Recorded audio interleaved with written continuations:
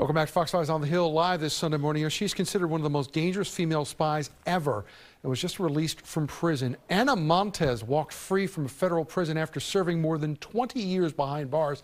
The 65-year-old spent nearly 2 decades spying for Cuba as she worked for the U.S. Defense Intelligence Agency. Jim Popkin is out with a brand new book on Montes. It's right here. It's called Name Blue Wren. It is our pleasure to welcome Jim to our program this morning. Many people might not be familiar with this, but if this isn't a movie at some point, I don't know what should be. Take us through this story and how you initially became fascinated with this subject. Yeah, so I have been following this for a long time. She was arrested right after 9/11. I was at NBC News at the time, knew about the story, wanted to cover it, but was covering 9/11, of course. I stayed with it, interviewed the family extensively, the investigators, and then I realized she was getting out this week. She was just released yesterday, as you said, Tom, and I wanted to have a book out that put together her whole life, her family history, and what she did as a spy. This is somebody who, when you look down her resume, you would not necessarily look at her and think of her as a spy. Who is she, and how was she able to make this transformation into somebody who probably at one point was viewed as a model employee of the defense industry into somebody who, wound up becoming, a spy? Yeah, absolutely. Well, first of all, this is a D.C. story, right? Mm-hmm. She lived here in Cleveland Park. She went to UVA. She went to Johns Hopkins, the graduate school in D.C. She joined the DIA, Defense Intelligence Agency. That's like the CIA for the military. She, as you said, she got promoted and promoted, awards, one award after another. She became the top analyst for Cuba for the U.S. military.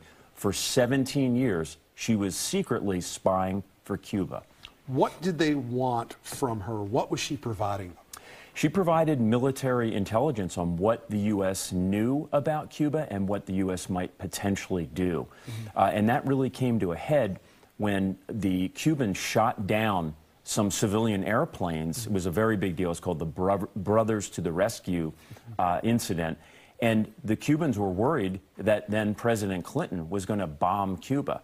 So they were always concerned about what would happen to the island, and Anna Montes was their eyes and ears.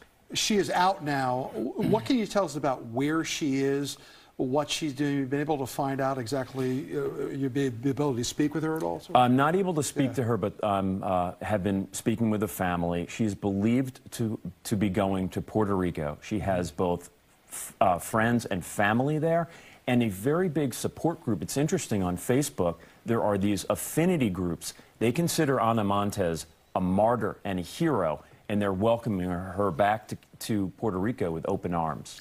Obviously, there's been a big change in Cuba with the death of Fidel Castro over the last couple of years, but Cuba remains a totalitarian state, 90 miles from the tip of Florida.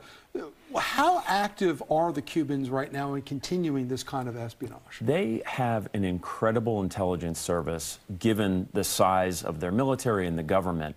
And the lack of funds. They're really very skilled. They were trained by the Soviets.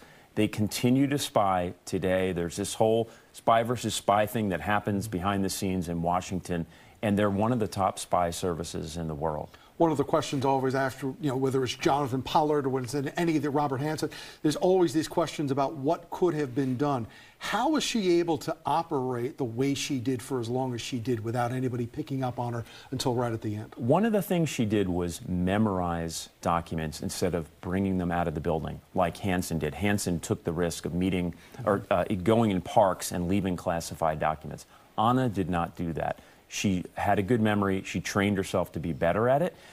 Day after day, she had 2 jobs. Her day job is the legit one, where she had access to classified information. At night, she goes home to Cleveland Park. She types everything into her Toshiba laptop. It's encrypted, and then she passes it along to her Cuban handlers in restaurants in Washington. It's a fascinating story. It's a fascinating book. They say sometimes you can't make this stuff up. You didn't have to make this up. This is a fascinating all on its own. Jim Popkin, the book is Name Blue Wren. We thank you so much for spending time with us on the Hill. It's good to see you. You too. Thanks so much.